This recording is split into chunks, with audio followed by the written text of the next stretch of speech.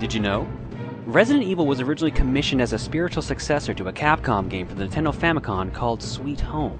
Sweet Home was based on a Japanese horror movie of the same name and was never released outside of Japan due to the game's graphic content. Sweet Home featured zombies, elaborate puzzles, scattered notes revealing plot elements, and most notably, door-opening loading sequences, all of which were later found in Resident Evil. Much like Sweet Home, early concepts for Resident Evil involved the use of paranormal enemies instead of living creatures. However, this was later changed to zombies, inspired by the renowned horror director George A. Romero and his movies such as Dawn of the Dead. Capcom actually hired Romero to direct a series of live-action commercials for Resident Evil 2, and later signed a deal with Universal Studios to have George Romero write and direct the Resident Evil live-action movies. Romero stated in an official appearance in Universal Studios' Talk City that he had his secretary play through the entire game while he took notes of the experience. When Romero's script was finished and turned in, Capcom actually disapproved of it. In an interview with Electronic Gaming Monthly, Capcom producer Yoshiki Okamoto explained that Romero's script wasn't good, so Romero was fired. The job was then given to Paul Anderson, resulting in the current Resident Evil movie series we have today.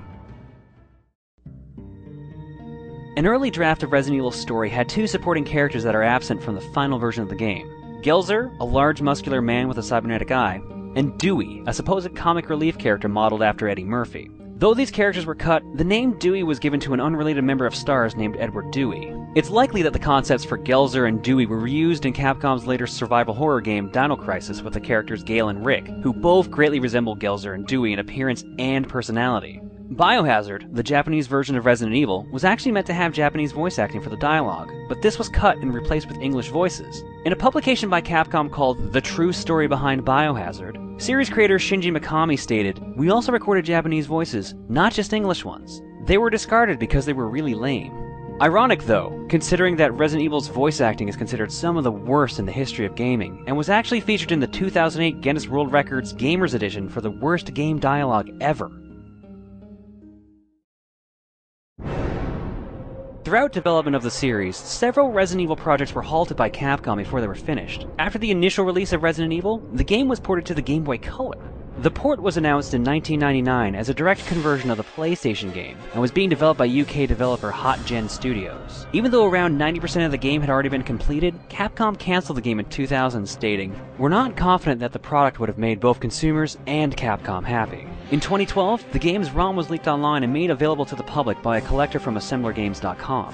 Resident Evil 3 originally began development as a completely different game, and was planned to star the masked mercenary Hunk from Resident Evil 2 as he tried to locate a G-Virus sample.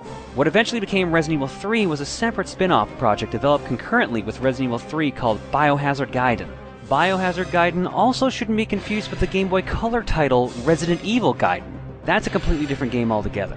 Another cancelled Resident Evil game was a spin-off known as Biohazard Dash. In an interview in the Japanese magazine Genki PlayStation, Capcom producer Yoshiki Okamoto had this to say about the game. "The starting point of the scenario is that there exists a room underneath the Tyrant's incubation room. The story of the game unfolds 3 years after the events of Biohazard 1. The characters are different, and this time, infected plants have attacked the inhabitants of Raccoon City. The victims have changed partially into plants. It's as if everyone is slowly transforming into some plant."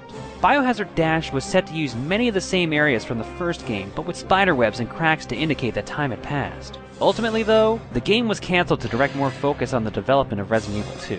Capcom's Onimusha series was created after the cancellation of yet another Resident Evil game. Sengoku Biohazard was set in the Resident Evil universe and somehow involved ninjas. The game would have been structured much like the original Resident Evil, but would have taken place inside of a ninja house rather than a mansion. Yoshiki Okamoto revealed the details about this game in an interview with the Japanese magazine Dengeki Nintendo. The ninja house was to contain a series of booby traps as environmental hazards, and battles were to be fought using a katana and shuriken. Other concepts included hidden doors, falling ceilings, scrolls and ninja magic, and many other ninja techniques. Many of the ideas conceived in the planning stages of Sengoku Biohazard, though, did eventually make their way into Onimusha.